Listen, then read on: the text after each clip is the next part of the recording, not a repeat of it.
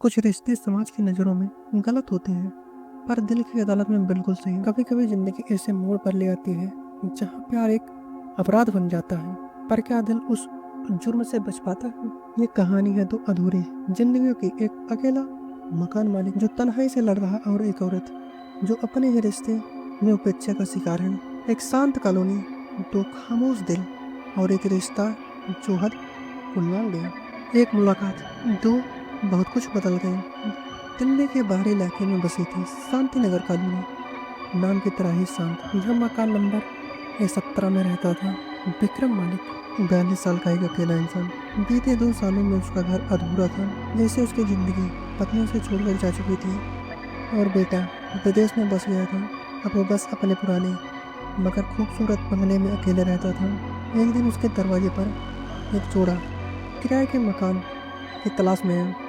रोहित वर्मा और उसकी पत्नी श्रुति। श्रुति लगभग 29 की, शांत सी, बड़ी बड़ी उदास आंखें और मनमोहक मुस्कान।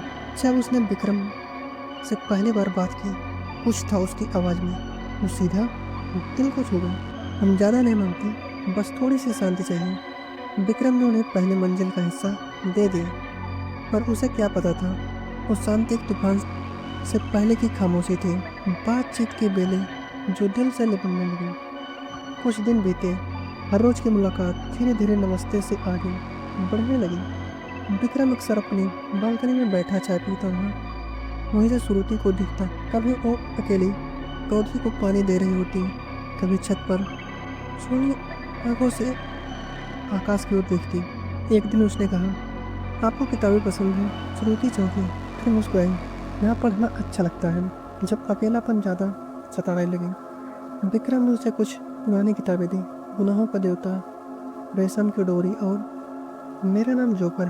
किताब की आड़ में रोज बातें होने लगी। एक रात जब कॉलोनी में लाइट चली गई, विक्रम मोमबत्ती लेकर ऊपर आया। श्रुति अकेली थी, वो डर गई। मैं यहाँ हूँ, विक्रम ने धीमे से कहा। उस रात दोनों बालकनी में बैठे चाय पिए और खामोशी से बात। जब रिश्ता बदल चुका था, आंखें ज्यादा बोलती थी, होंठ कम। एक रात विक्रम ने कहा, पता नहीं श्रुति, तुमसे एक बात करके ऐसा लगता है जैसे जिंदगी फिर से मुस्कुराई है। श्रुति की आंखें भर आईं। कभी कभी लगता है मैं सिर्फ एक जिम्मेदारी बन गई हूँ, न एहसास बचा है न साथ। फिर एक शाम जब बारिश हो रही थी और कॉलोनी खाली थी, श्रुति सीढ़ियों से फिसल गई। विक्रम ने उसे सहारा दिया। वो पल जब दोनों पास थे, बारिश की बूंदें उनके बीच दूरी को पिघला रही थी।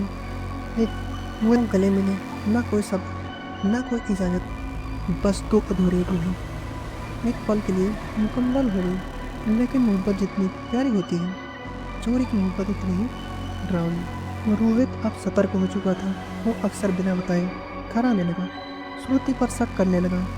एक रात उसने श्रुति को फोन चेक किया। विक्रम का मैसेज था, आज की शाम से तुम्हारी थी, भयानक झगड़ा हुआ, तुम्हें मेरे अलावा कोई और चाहिए था ना?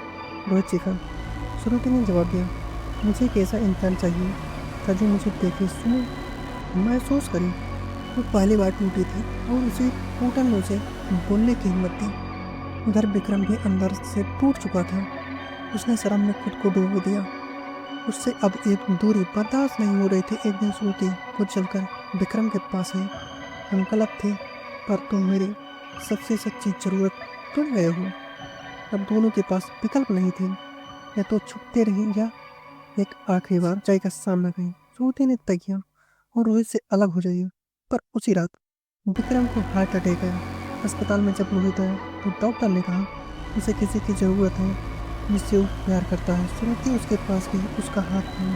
विक्रम ने बस इतना कहा, तुम्हें खोया तो सच्चा प्यार जाना, अब जीना नहीं चाहता पर सुकून है। 3 दिन बाद विक्रम दुनिया से छोड़ गया। उसकी वसीयत में लिखा था, मकान का एक हिस्सा और औरत के नाम, जिसने मुझे फिर से जीना सिखाया।